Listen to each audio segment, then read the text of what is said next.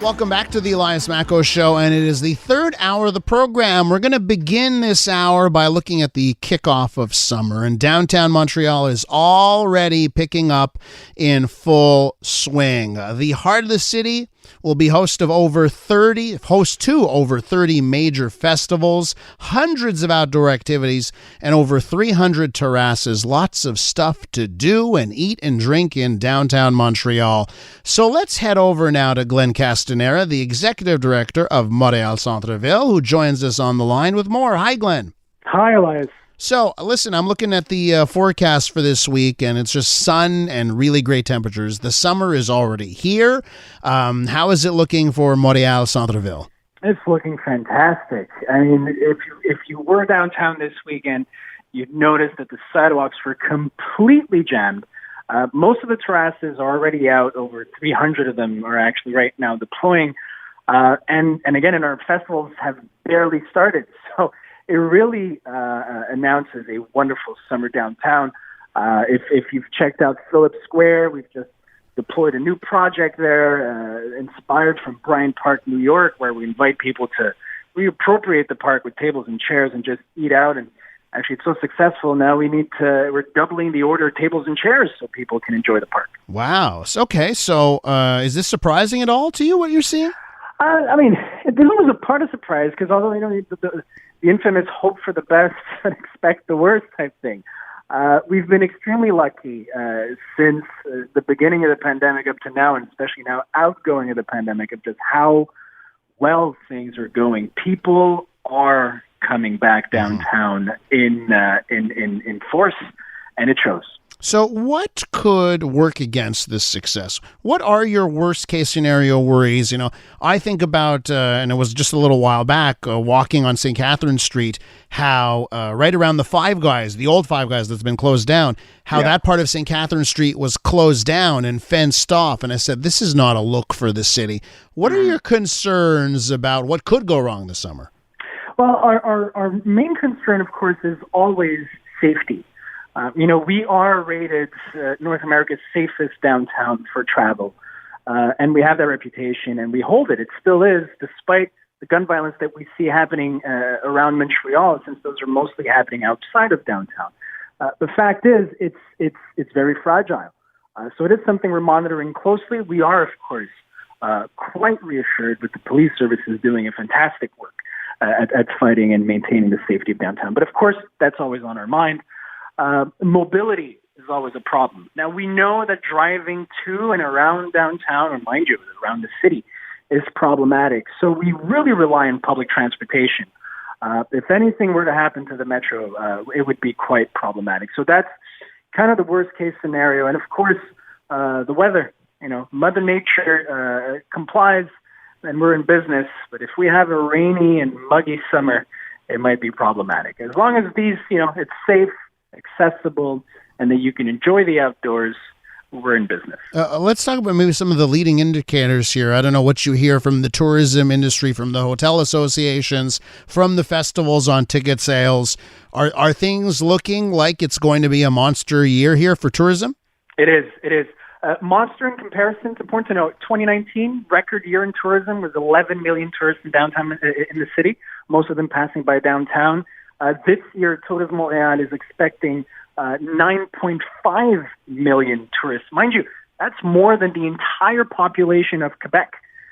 So we are expecting a fantastic year. And speaking to our hotels, they see it too. Bookings are there. They're back at occupancy rates that we had pre-pandemic again. So it's looking quite well. Retailers are also, those are all indicators we're following, right? Sales, bookings, and foot traffic. And everything indicates positive. We're actually coming out with our latest report on the state of downtown tomorrow. So stay tuned. We will be digging a little bit deeper into those indicators. Oh. Most of them positive, but of course, some of them problematic. Well, can you break some news right now? Do you have an en primeur for us?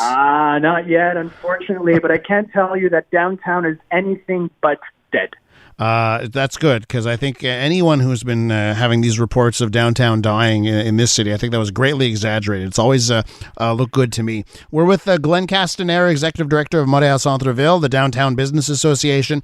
So, Glenn, let's get to something here that you're going to be doing for the summer, and it all has to do with access to public toilets. Now, a few years back when we had a pandemic, businesses used this as an excuse to shut down bathrooms all over the place. Mm-hmm. We did a lot of segments. We spoke to the people at the Canadian Incontinence Foundation, and they were telling us just how difficult it was for a lot of people to find a bathroom when you need it. When you gotta go, you gotta go. It's always been an issue in this city when it comes to public toilets. You're doing something about this. Tell me about what's happening this summer so that people can have access to proper toilet facilities. Well, thanks. It's something we're quite proud of, but that we did not invent. We have this ethos here at Montréal Centre-Ville, which is we don't like to reinvent the wheel. We take best practices and we try to adapt them here at home. And with the issue with public toilets, as you mentioned, they got exacerbated during the pandemic.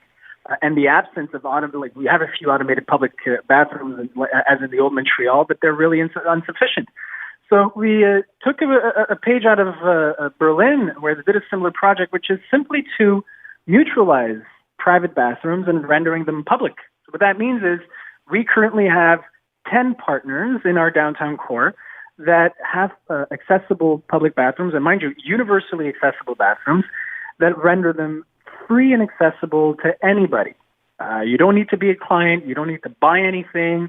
You don't need an excuse. You can use it. It's free. It's safe. It's accessible.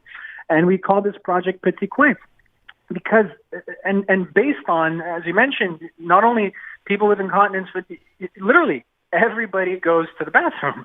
And when you have millions of people visiting you, it's important that we be able to render these facilities accessible. So up to 10 facilities now, and expecting to grow within the next year. So, and how do I find out? Because there's one thing, okay, it's great if they're there, but if you don't know where to go, you're in the same spot. So how does let's say you're a tourist downtown, or you're a Montrealer who doesn't go downtown because you can't find a bathroom. How do you find these bathrooms? In the coming weeks, you will see pop up little signs on the sidewalks, little des pastilles they're called. I'm sorry, I don't know how to translate it, but they're stickers, like sidewalk stickers? Yeah. They're large stickers on the sidewalks with the logo of the bathroom and with an indication of the nearest bathroom near you, and also a QR code that you can just scan with your phone and you'll get the map of all the public bathrooms accessible downtown. You'll get these same stickers on the buildings that are participating or around. So, for example, the Eaton Center, the Complexe des Jardins, Place Montréal Trust, the Bay, downtown Carrefour Industriel Alliance, which is where Simon's is, and a few hotels, the Sheraton Hotel, the Delta Hotel, are all participants, and you'll see these little blue stickers with a pictogram indicating bathroom, QR code, and the nearest bathroom. Now, some of those bathrooms are quite fancy, like hotel bathrooms. I like to rate the bathrooms when I go to one, right? So how'd you get the hotels and the shopping centers on board with this? Are you paying them off? Yeah, no, we're not. So the only ones where we have a financial agreement are when it's community groups or non-for-profits that render their bathrooms accessible because, they're not made to be rendered public. No, all these are private agreements. These mall operators and hotel operators participating freely, recognizing that what is good for any visitor of downtown is good for them. It's really a show of how the businesses of downtown are obviously in business to do business, but they care about their environment. So and we didn't have to, twist any arms. These are people that really saw the added value of making sure that our visitors are well received. Glenn, should we have more of those, those public toilets? I see them. I've seen them in a couple of spots. It's almost like a unicorn when you spot them, the ones that are municipally run. Do we need to improve that as well, or is the future agreements like this relying on the private sector? My position evolved with time. I used to think that what we needed to do was to get all these automated bathrooms all around the city, which I kind of still believe we should do, but knowing how much money goes into them and how complicated they are to install, and then how often they are broken down, I'm not so sure it's that good of an idea. We have the infrastructure. Let's just render it accessible. And we're much more flexible. Again, it's a good example of how the private sector can contribute to the public realm and kind of make everything easier for everyone. So we'll see how the next years go. It's also, it's the second year we're doing it. We'll see how we can adapt and make it better. But if it works well, I wouldn't be surprised to seeing it extended throughout other boroughs. Glenn, it's a little thing, but I know how it can matter a lot for so many people just to have access to proper bathrooms when they're trying to either visit a city or they're trying to enjoy their city. I hope it does continue. I hope it's a success. Well, thank you. Glenn, we'll have to leave it there, but I want to thank you for coming on. Thanks for having me. We'll talk again, I imagine, during the summertime. That's Glenn Castanheira, Executive Director of Montréal Centre-Ville, the Downtown Business Association.